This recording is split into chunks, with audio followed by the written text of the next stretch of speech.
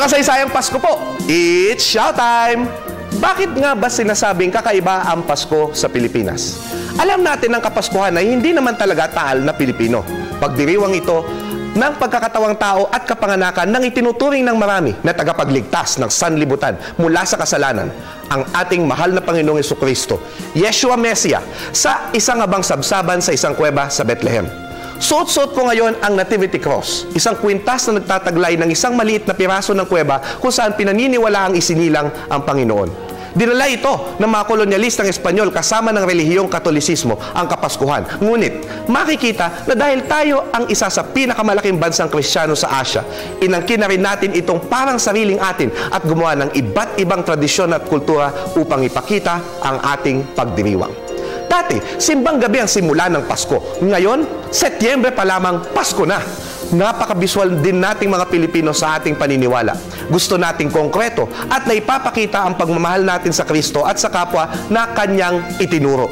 Nariyan nag-exchange gifts kapag Christmas parties, ang monito-monita at ang pagbibigayan ng aginaldo o pera at regalo sa Pasko. Ang Misa de Aguinaldo na tinatawag ding simbang gabi na ginagawa naman tuwing madaling araw at ang Misa de Gallo naman sa tuwing Pasko. At dahil nga biswal tayong mga Pilipino, ano pa nga ba kundi nagkaroon tayo ng panunuluyan kung saan ginagaya natin ang paghahanap ng kwarto ni San Jose at Santa Maria para maisilang si Jesus. Inangkop na rin ito ng Urban Poor para sa kanilang pakikibaka para sa pabahay kasama ang Urban Poor Associates.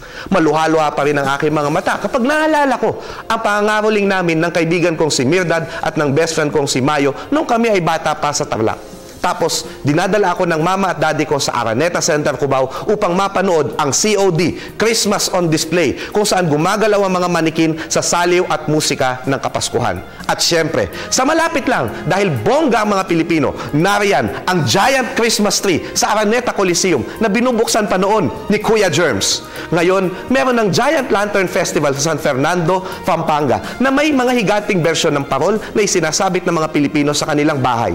Simbolo ng talang patnubay ng mga mago para sambahin ang Panginoon. At syempre, nariyan ang Belenismo sa amin sa Tarlac. Ang Belen ay sinimula ni San Francisco de Assis sa Italia upang muling isagawa ang kapanganakan ni Jesus gamit ang mga totoong tao. Kinalaunan, mga estatwa o cardboard ang ginagamit dito. Noong 2007, sinimulan ni Isabel Cojuangco Suntay ng Tarlac Heritage Foundation ang Belenismo na isang patimpalak ng pabonggahan ng Belen upang ang Tarlac ay maging Belen Capital of the Philippines. Noong unang taon na iyon, ang nagwagi ay ang PNP Belen na ginawa ng 24 na pulis. Ngayong taong 2014, ang AFP Belen naman sa Camp Aquino ang nanalo na ginawa mula sa recycled materials ng 200 sundalo. Ngunit, higit sa lahat, huwag nating kakalimutan na kakaiba ang Paskong Pinoy natin dahil sa pagmamahalan ng pamilyang Pilipino.